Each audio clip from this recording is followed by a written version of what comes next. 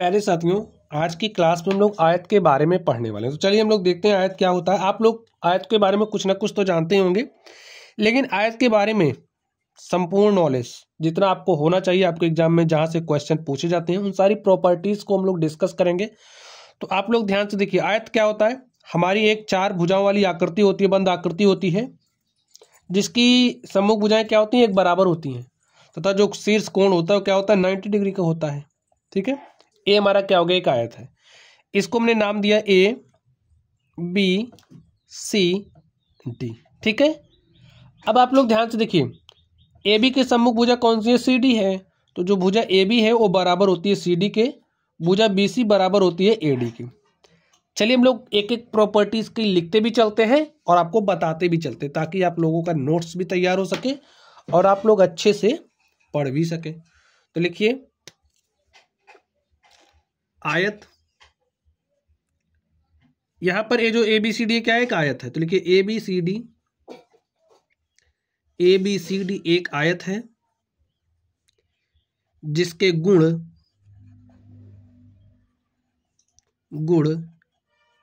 इस प्रकार हैं। ठीक है, पहली प्रॉपर्टी इसकी क्या है, आयत जो आपका है इसकी सम्मुख भुजाएं क्या होती हैं, बराबर माप की होती हैं। तो यहां पर ये जो ए बी है बराबर किसके होगा, सी डी के। लिखिए ए बी बराबर होगा सी डी के। अब ये जो ए डी है वो बराबर किसके होगा, बी सी के। भाई सम्मुख भुजा बराबर होती है ना, तो ए डी आपका बराबर होगा बी सी के। तो लिख दीजिए ए डी बराबर बी सी।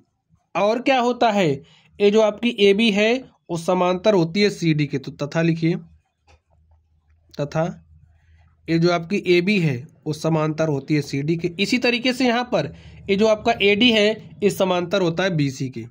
ठीक है, आपका ए डी समांतर होता है बी सी के। ये बात आप लोग इतनी समझ गए कि सम्मुख भुजाएं बराबर होती हैं एवं समांतर होती हैं। तो ए वाली भुजा इसके बराबर होगी, समांतर भी होगी, ए वाली भुजा इसके बराबर होगी और समांतर भी होगी। ठीक है, चलिए आगे बात करते हैं। अब आप लोग ध्यान से देखिए, ये जो आपका शीर्ष डी है, इस शीर्ष डी को आप मिला दीजिए बी से।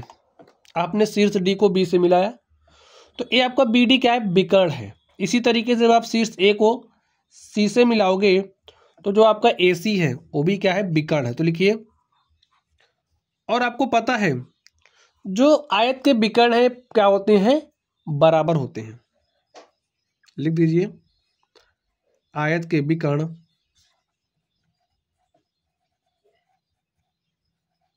बराबर होते हैं, यानी कि समान लंबाई के होते हैं। ठीक है, इसलिए क्या होगा, यहां पर ये जो विकर्ण आपका AC है बराबर होगा BD के। AC बराबर हो जाएगा किसके, BD के। ये आपका विकर्ण है, समझ गए आप। चलिए इतनी बात आप लोग समझ गए। अब आप लोग कुछ ध्यान से देखिए, ये जो विकर्ण AC और BD आपस में एक दूसरे को इस बिंदु पर काट रहे हैं। देखिए ना, काट रहे हैं ना। तो ये जो बिंदु है, यहां से जो प्रॉपर्टी आपको मिल रही है उसको भी समझ लीजिए। तो आपस में एक दूसरे को प्रतिच्छेद करें, इसको हमने मान लिया O। तो आयत के विकर्ण परस्पर एक दूसरे को समद्विभाजित करते हैं, यानी कि ए वाला जो भाग है इसकी लंबाई बराबर होगी इस वाले भाग की लंबाई के। और स्टूडेंट्स यहां पर देखिए, जब दोनों विकर्ण बराबर हैं तो प्रतिच्छेदन बिंदु से शीर्ष तक की जो दूरियां होंगी क्या होंगी, बराबर होंगी। सारी दूरियां एक बराबर होंगी। ठीक है, लिख लीजिए, लिखिए आयत के विकर्ण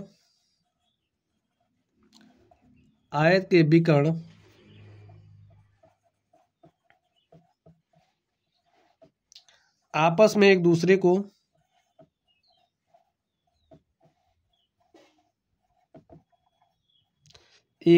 को समद्विभाजित करते हैं, यानी कि बराबर भाग में बांटते हैं।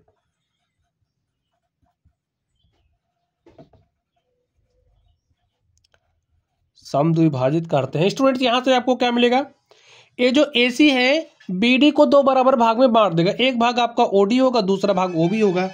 तो जो आपका OB है वो बराबर किसके होगा, ओडी के। इतनी बात आप समझ गए। आगे देखिए, ये जो आपका बीडी है एसी को दो बराबर भाग में बांट देगा, तो यहां से जो आपका ओए है वो बराबर किसके होगा, ओसी के। तो ओए बराबर होगा आपका ओसी के।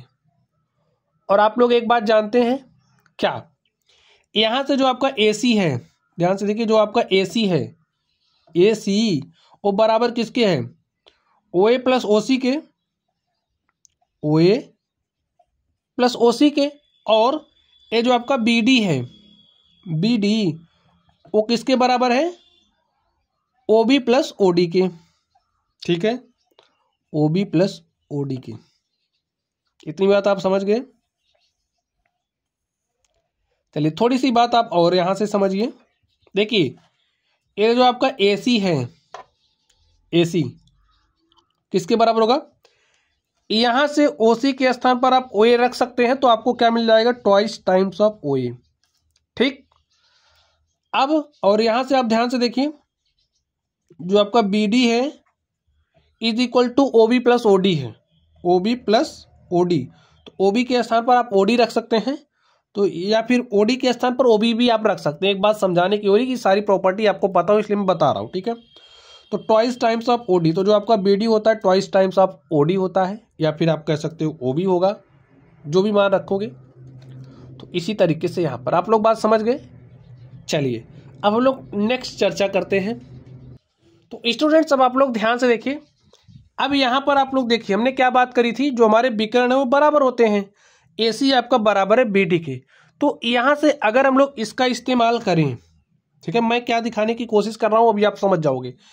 अब एसी बराबर बीडी है ना, यहां से अगर हम इसको इसके बराबर कर दें, क्योंकि विकर्ण बराबर होते हैं, एसी और बीडी हमारे क्या है, विकर्ण है।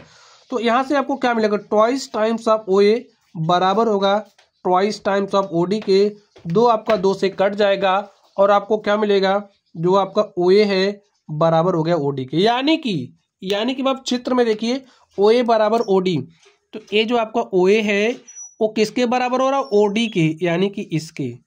ठीक है, और जब भाई ए भाग इसके बराबर है तो ए वाला इसके बराबर होगा और ए वाला हमारा इसके बराबर होगा, तो चारों भाग क्या हो जाएंगे, बराबर हो जाएंगे। ठीक है, तो लिखिए, इसलिए ए प्रॉपर्टी आपको पता होगी, तो अगर आपको ए विकर्ण दिया, आपको इससे लंबाई पूछा तो आप आराम से बता ले जाओगे। तो लिखिए, इसलिए जो हमारा ओए है, ओए वो बराबर होता है किसके, ओसी के।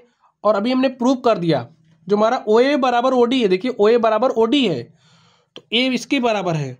तो यहां से लिख दीजिए, जो हमारा ओडी है वो भी बराबर होगा, और जब ओडी बराबर है तो ओबी भी बराबर होगा। तो जो भाग है समद्विभाजित करता है, यहां पर आपने देखा, उसके बाद प्रत्येक भाग ओए बराबर होगा ओसी के, बराबर होगा ओडी के, बराबर होगा ओबी के। ठीक, तो इस बात को भी आप लोग समझते रहिए। चलिए अब हम लोग आगे चलते हैं और देखते हैं हमारी अगली प्रॉपर्टी क्या है। अब हमने बताया ना आपसे स्टार्टिंग में कि जो हमारा आयत होता है, आयत का प्रत्येक शीर्ष कोण यानी कि ए वाला एंगल क्या होता है, 90 डिग्री होता है, प्रत्येक 90 डिग्री होता है। तो लिख दीजिए, आयत का प्रत्येक कोण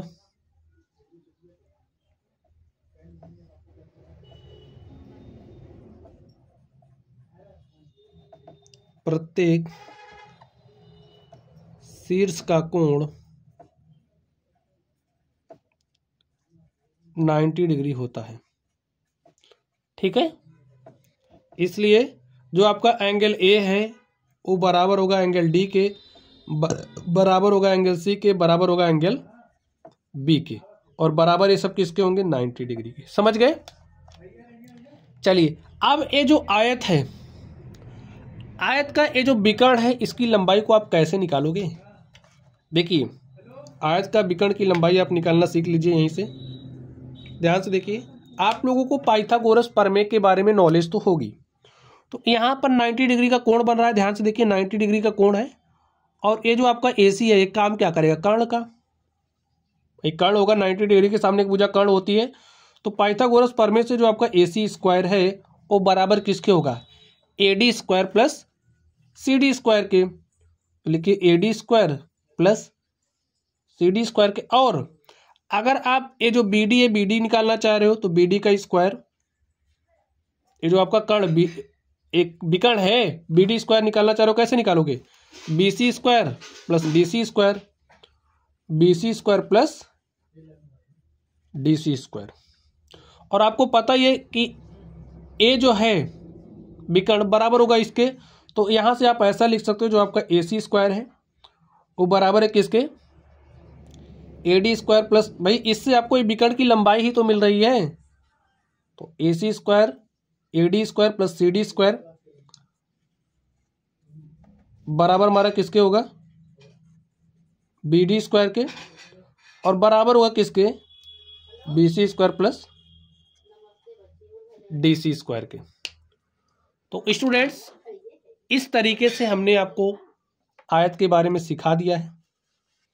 तो चलिए आप लोग पढ़ते रहिए। अगर आपको कोई डाउट हो तो कमेंट बॉक्स में कमेंट करना। वीडियो पसंद आए तो वीडियो को लाइक कीजिएगा, चैनल पर नए हो तो चैनल को सब्सक्राइब कीजिएगा। तो चलिए आप लोग पढ़ते रहिए। Thank you.